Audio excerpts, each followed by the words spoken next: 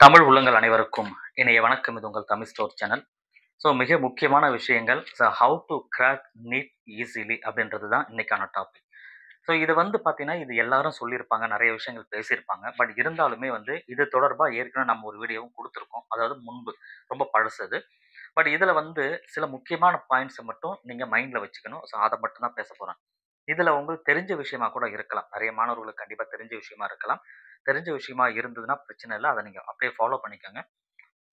நான் சொல்ல போறதுல ஏதாவது தெரியாத விஷயங்கள் உங்களுக்கு இருந்ததுன்னு சொன்னா, அத கன்டின்யூவா இதுக்கப்புறம் ஸ்டார்ட் பண்ணுங்க.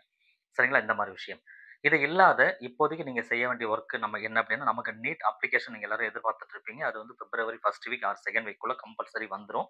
அது வந்ததுக்கு அப்புறம் நம்ம திரும்ப ஒரு வீடியோ குடுப்போம். அத நீங்க எப்படி அப்ளை பண்ணணும்னு ஒரு டெமோ உங்களுக்கு குடுக்குறேன்.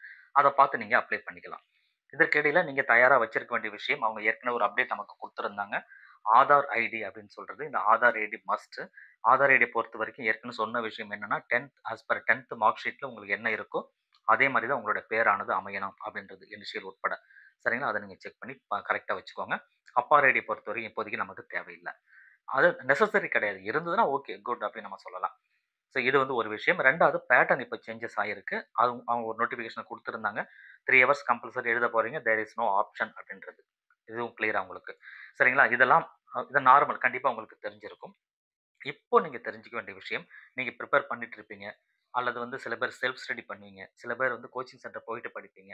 எது எப்படி இருந்தாலுமே, நீங்க கோச்சிங் சென்டர் போய் படிச்சாலும் சரி, வீட்ல இருந்து படிச்சாலும் செல்ஃப் ஸ்டடியா நீங்க படிச்சாலுமே சரி, இப்போதைக்கு நீங்க உங்களோட செல்ஃப் கான்ஃபிடென்ட்ட இன்கிரீஸ் பண்ணிக்கணும். செல்ஃப் கான்ஃபிடென்ட்ன்றது ரொம்ப ரொம்ப முக்கியம்.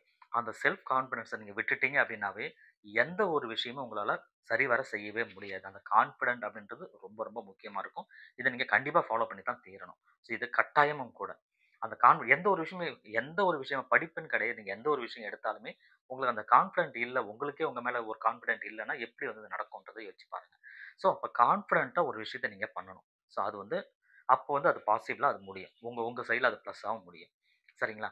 2வது மிக முக்கியமான இன்னொரு விஷயம் என்ன அப்படின்னு சொன்னா, நீங்க ஒரு விஷயத்த மாத்தணும். உங்களோட மைண்ட் செட்ட. ஸோ மைண்ட் செட்ட நம்ம பிசிக்ஸ் நமக்கு கஷ்டமா இருக்கும். பிசிக்ஸ்ல இந்த சாப்டர் நம்மளால படிக்கவே முடியாது. இதெல்லாம் அடிக்கடி கேட்கறாங்க. ஆனா நம்மளால படிக்க முடியல அப்படின்ற சூழ்நிலை உங்களுக்கு தெரியுதுன்னா, அது காரணம் என்னன்னா உங்க மைண்ட் செட் தான். ஸோ நாம என்ன பண்ணுவோம்னா, இது நம்மளால படிக்க முடியாது. நம்ம பயாலஜில கொஞ்சம் அதிக மார்க் இருக்கு. நம்ம அத அதிகமா படிச்சுட்டு, இத கொஞ்சம் கம்மியா எடுத்தாலும் பரவாயில்லன்ற ஒரு அட்ஜஸ்ட்மென்ட்க்கு நீங்களே வர ஆரம்பிச்சுருவீங்க. அதுக்கு காரணமே உங்களோட மைண்ட் செட் தான். ஸோ அந்த மைண்ட் செட்ட நீங்க கண்டிப்பா சேஞ்ச் பண்ணி ஆகணும். என்னன்னா, இதுவும் நம்மளால முடியும் அப்படின்னு சொல்லிட்டு கான்ஃபிடென்ட்டா, நான் ஏற்கனவே சொன்ன பாருங்க ஃபர்ஸ்ட் பாயிண்ட் கான்ஃபிடென்ட். அந்த கான்ஃபிடன்ஸோட நீங்க படிக்கணும். மைண்ட் செட் அப்பதான் கரெக்ட்டா உங்களுக்கு செட் ஆகும். அந்த கான்ஃபிடென்ட் இல்லன்னா, இங்க மைண்ட் செட்டும் போயிடும் ஆட்டோமேட்டிக்கா. ஸோ அந்த மைண்ட் செட்ன்றது ரொம்ப ரொம்ப முக்கியமா வச்சுக்கோங்க. மைண்ட் செட்ட மா விடாதீங்க. விடாம மாத்தாம இருக்கணும். அதுதான் நமக்கு ரொம்ப ரொம்ப முக்கியம். ஸோ அடுத்த பாயிண்ட் என்ன அப்படின்னு பார்த்தீங்கன்னா, டைம் மேனேஜ்மென்ட் அப்படின்றது ரொம்ப முக்கியம். ஸோ இந்த டைம் மேனேஜ்மென்ட் நீங்க படிக்கிற அந்த படிப்புல எவ்வளோ எக்ஸாம பொறுத்தவரைக்கும் நமக்கு ஒரு 3 ஹவர்ஸ் இருக்கு அப்படின்னு சொன்னா. Exam 3 hours. அந்த 3 ஹவர்ஸ் பிராக்டிஸ்ன்றத நீங்க வீட்டிலேயே பண்ணி பார்க்கணும். அல்லது உங்க கோச்சிங் சென்டர்ல போய் எக்ஸாம் எழுதுறீங்க அப்படின்னாலுமே, கோச்சிங் சென்டர்ல அந்த டைம் மேனேஜ்மென்ட்ட நீங்க ஃபாலோ பண்ணணும். ஏன்னா, இது நம்ம வீட்ல எழுதுற எக்ஸாம் தானே, நம்ம ஒரு 4 ஹவர்ஸ் வரைக்கும் எழுதலாம் அப்படின்னு சொல்லி எழுதக்கூடாது. உங்களுக்கு நீங்க ஒரு டைம் வச்சுக்கணும். அந்த டைம் வச்சுட்டு, அந்த டைம்க்குள்ள அந்த 3 ஹவர்ஸ்க்குள்ள அத கம்ப்ளீட் பண்ற மாரி பிளான் பண்ணுங்க. உங்களால எவ்வளோ முடியுதோ மேக்ஸிமம். இன் கேஸ் அந்த டைமர் முடிஞ்சிருச்சு, 3 ஹவர்ஸ் முடிஞ்சிருச்சுன்னு சொன்னா, நீங்க எழுதுற எவ்வளோ பெண்டிங் இருந்தாலும் அத விட்டுடுங்க. விட்டுட்டு உங்களோட மார்க்க கால்குலேட் பண்ணி பாருங்க. மார்க்க கால்குலேட் பண்ணி பார்க்கணும். அப்படி பார்க்கும்பொழுது தான் எங்கெங்கலாம் தப்பு வருதுன்னு சொல்லி தெரிஞ்சுக்க முடியும். ஸோ அப்போ டைம் மேனேஜ்மென்ட் அப்படின்றது ரொம்ப ரொம்ப முக்கியமானது. அதுதான் பிராக்டிஸ்ன்றது. நீங்க நெறைய எம்சிக்யூஸ் பிராக்டிஸ் பண்ணும்பொழுது, அந்த டைம் மேனேஜ்மென்ட்ட நீங்க கண்டிப்பா ஃபாலோ பண்ணி தீரணும். சரிங்களா? அது 1. 2வது அந்த டெஸ்ட் நீங்க எழுதுறீங்க. அந்த டெஸ்ட்ல நீங்க டைம ஃபாலோ பண்றீங்க. அந்த டெஸ்ட்ட நம்ம எப்படி எழுதுறது? மாசத்துக்கு 1 எழுதுறதா? இல்ல 2 மாசத்துக்கு 1 எழுதுறதா? அப்படின்னா, அந்த மாரி பண்ணக்கூடாது. முடிஞ்ச அளவுக்கு சின்ன சின்ன டெஸ்ட்டா அத பிரிச்சு வீக்லி ஒன்ஸ் அப்படின்னு சொல்லி பிரிக்கணும். வீக்லி ஒன்ஸ் அப்படின்னு ஒரு டெஸ்ட் ப்ரிப்பேர் பண்ணுங்க. இப்ப என்னன்னா, நீங்க வாரத்துக்கு ஒரு டெஸ்ட் சின்ன சின்ன டெஸ்ட்டாவே எழுதிட்டே போனீங்கன்னா, அதுக்கப்புறம் மொத்தமா சேர்ந்து ஒரு 3 ஹவர்ஸ் டெஸ்ட் அப்படின்னு பிளான் பண்ணிக்கலாம். அந்த வாரம் டெஸ்ட்ட நான் 3 ஹவர்ஸ் எழுதணுன்ற கட்டாயம் இல்ல. இந்த வாரத்துக்கு நீங்க கெமிஸ்ட்ரில ஒரு டெஸ்ட்ன்னா, அடுத்த வாரத்துல பிசிக்ஸ்ல ஒரு டெஸ்ட் எழுதுங்க.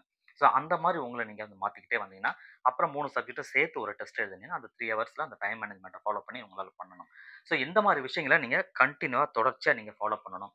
எந்த டெஸ்ட் எழுதினாலும் சரி, நம்ம வீக்லி டெஸ்ட் எழுதினாலும் சரி, அல்லது வந்து நீங்க வந்து மந்த்லி டெஸ்ட் எழுதினாலும் சரி, ஒரு ஃபுல் போர்ஷனா டெஸ்ட் எழுதினாலுமே சரி, கம்பல்சரி அந்த பேப்பர நீங்களே கரெக்ஷன் பண்ணணும். நெறைய பேர் பண்ற தவறு டெஸ்ட் எழுதிட்டு முடிச்சுட்டு, அதோட தூக்கி ஓரம் வச்சுர்றது. அந்த மாரி இருக்கக்கூடாது. கம்பல்சரி அந்த டெஸ்ட்ட வந்து நீங்களே கரெக்ஷன் பண்ணா மட்டும் தான், எந்த இடத்துல நம்ம தப்பு பண்ணியிருக்கோம் அப்படின்னு தெரிய வரும். செகண்ட் டெஸ்ட் எழுதும்போது, இதே மாரி டைப்ல தவறு நமக்கு வரக்கூடாதுன்றது நம்ம மைண்டுக்கு வரும். அதனால கரெக்ஷன் வந்து ரொம்ப ரொம்ப முக்கியம். எவ்வளோ மார்க் எடுக்கிறீங்கன்றது இந்த இடத்துல முக்கியம் இல்ல. எவ்வளோ பிராக்டிஸ் பண்றீங்கன்றது தான் முக்கியம். இந்த மாரி வழிகள் நீங்க கரெக்ட்டா ஃபாலோ பண்ணிட்டே வாங்க. அடுத்து வரப்போற நாட்கள்ல. இது எல்லாமே ஃபாலோ பண்ணீங்கன்னா, நிச்சயமா உங்களால அதிக மதிப்பெண் எடுப்பதற்கு நெறைய வாய்ப்புகள் இருக்கு அப்படின்றத நீங்க மனசுல வச்சுக்கோங்க. தேங்க் யூ ஃபார் வாட்சிங். அடுத்த வீடியோல சந்திக்கலாம்.